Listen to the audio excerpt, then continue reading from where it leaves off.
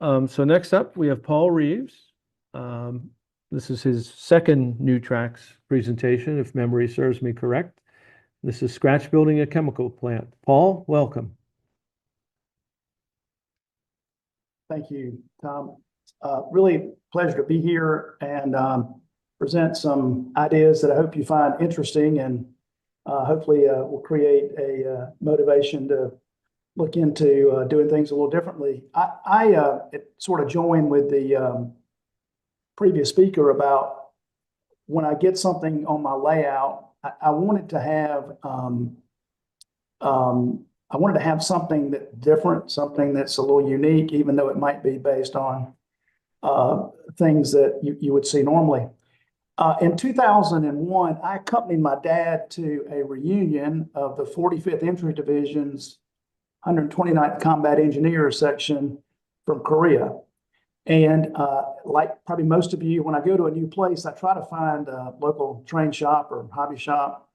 And I went to this place. I couldn't tell you where it was in Oklahoma City at all, but it was sort of a hole in the wall, which is, I get excited because those are always hold some sort of thing that you haven't seen or maybe can't find anywhere else. And sure enough, there was a refinery looking building that was, or excuse me, structure that was probably 36 by 24, and there were two pieces of it. And all of it had, well, all the piping, that is the tanks and such, were mostly PVC pipes. So I asked the guy, was it for sale? And I bought it. I had it shipped back. Without probably the biggest miracles, I got it shipped in one piece and it showed up. I've always been impressed with whoever built it. So what the pictures I'm going to show you of this refinery, I didn't build it, but someone had some great ideas to use things that we can find. I will give you a warning though, you probably don't want to go to Lowe's or Home Depot and sit in the plumbing aisle with a box and like you're measuring and putting pieces together. That might create some weirdness on the behalf of management, but that's exactly what I did when I tried to compare what this person did. Can we go to the next slide, please? You can go on to the next one, please. Okay, this is a side view of the structure. The numbers represent just different pieces and parts of a PVC family. Now, the two tanks toward the back were not part of this. I added those, and those were built by a gentleman who, I can't remember his name, but he does a really good job with those. But anyway, as you can see, the builder basically just took pieces that sort of matched or sort of indicated a tower, and he just glued one coupling or one piece to the next and kept going as high as he wanted to. He did use some plastruck covered or safety ladders that you can see. But all of the numbers indicate that those are PVC pipes. And you can see here that he didn't really crowd. I mean, it's not crowded. He just had pieces that sort of, I think, just looked like they were in the right spot. And I'm sorry it's not included in this, but I went to the internet, and the PVC pipes, run from ½ inch to up to, well, multiple inches. But what I have found though is that most of what was in this particular refinery was the taller towers had a 6-inch coupling base with a 4-inch opening that was built up just using different 4-inch pieces of PVC pipe. You can go to the next slide, please. This is just a look at the bottom. If you look at the silver one next to the red pipe, that's just a reducer. It's 6 inches to 4, and he just stacked. He took some plastic or some sort of tubing and just stuck some tubing here and there. Again, there's not a lot of detail to this, but there's enough. So again, it looks like he used, whoever he or she used, just regular PVC glue that you can find in the big box stores. Next slide, please. He went really way up. I mean, this thing was probably, those towers there were probably 30 inches. And you can see he just kind of built around that. And there's a Phillips 66 sign. That's just a piece of plastic, and you can look on the tower on the right that has a little bit of a tan. I got it blown up on the other side. It looks like he just took some C columns from Plastruck and just cut those to length and built them around the edge. And I don't even really know what that means, but it looks like it belongs there, as does all this stuff. It just kind of looks like it belongs. The red tanks, if you will, at the bottom right-hand corner are literally just 1-inch PVC pieces. I think they're about 1-inch interior and 1-inch high. Next slide, please.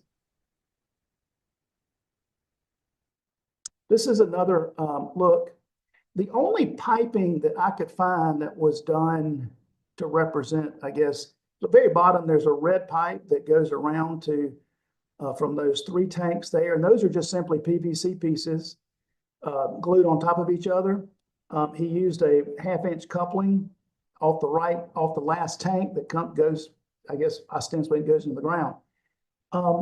The hatch doors on the red tanks was pieces of wood that I think may have been used for leveling your furniture, like a biscuit. I don't know, but they were just glued on there. And from where you could view it, you couldn't tell the difference. He also did a really good job in at least mimicking how someone could get to the top of the tower for maintenance or whatever the case may be. And those cages would have looked much better had they been painted yellow. But again, it's all weathered to look like it's out there working and producing some chemical or some sort of petroleum product. Next slide, please.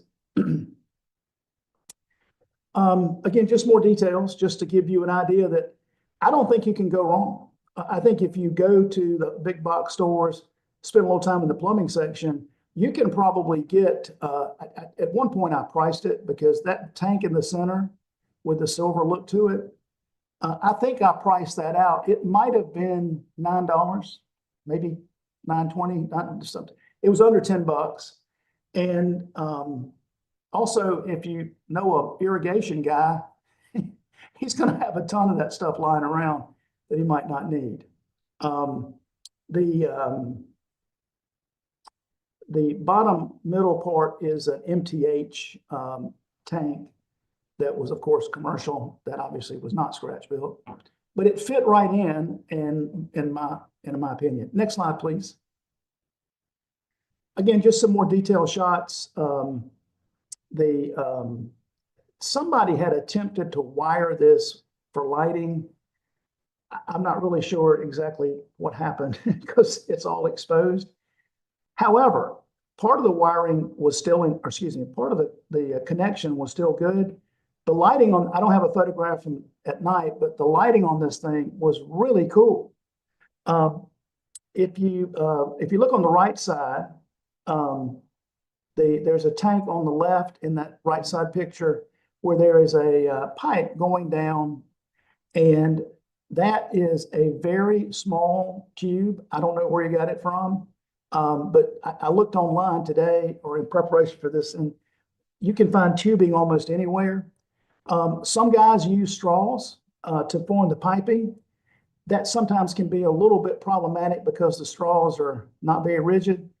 But I learned on the internet today, some guy had a great idea that if you're trying to use straws for piping, is to stick a barbecue skewer or a food skewer, wooden, inside the drinking straw that you're going to use for piping, and it really gives it a rigid, much more easy to control, much more sturdy on the layout. Next, please. Again, just you can see the height of these things. The photograph on the right, and on the right side of that photograph, you can see there are 2 reducers or expanders in the middle of the stand on the right. Again, that's a 4-inch on the bottom and a 4-inch on the top, and they join together.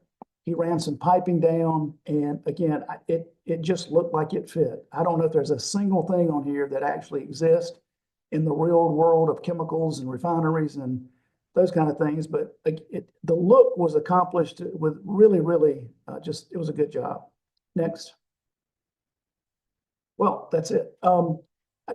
Again, I have collected a number of the pieces in this, and you can, if you got a little time, you can build this thing for probably less than $50.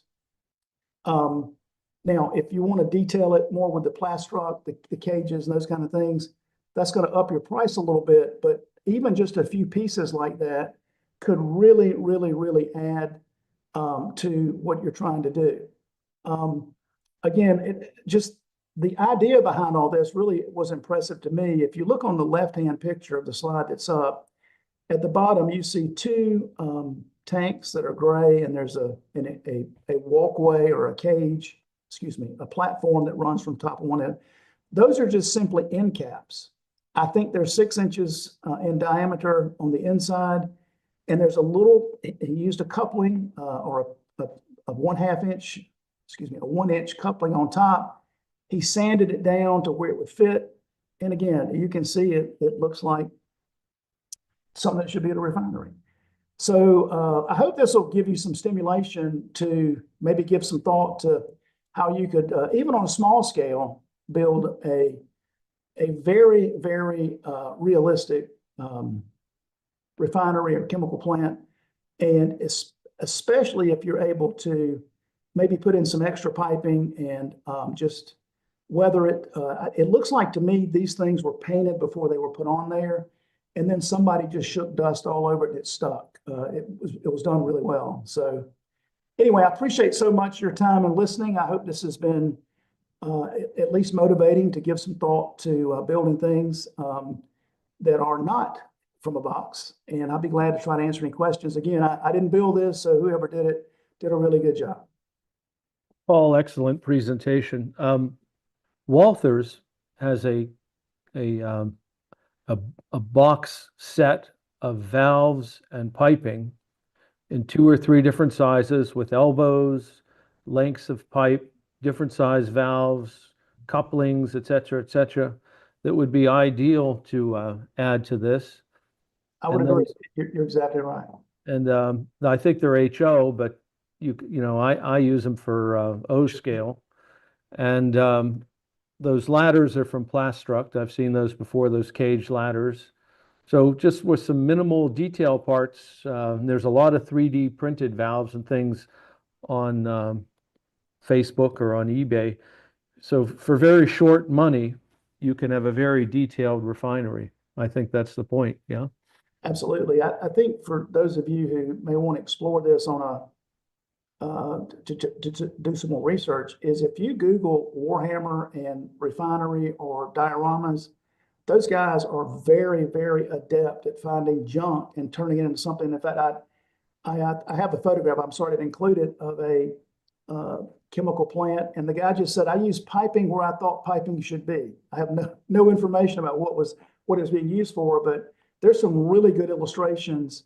And there's also, I Googled tubing, and it's all sizes, flexible, non-flexible. That would also give you some ideas about cheaply using pipe. I will agree though what Tom said. I have the cornerstone set of piping, and it would work perfectly because none of us are plumbers or refineries, so it would look just like it should. Thank you very much for a great presentation, and we hope you return with another equally great presentation. Thank you very much. I enjoyed it. Appreciate you letting me be on. Thank you.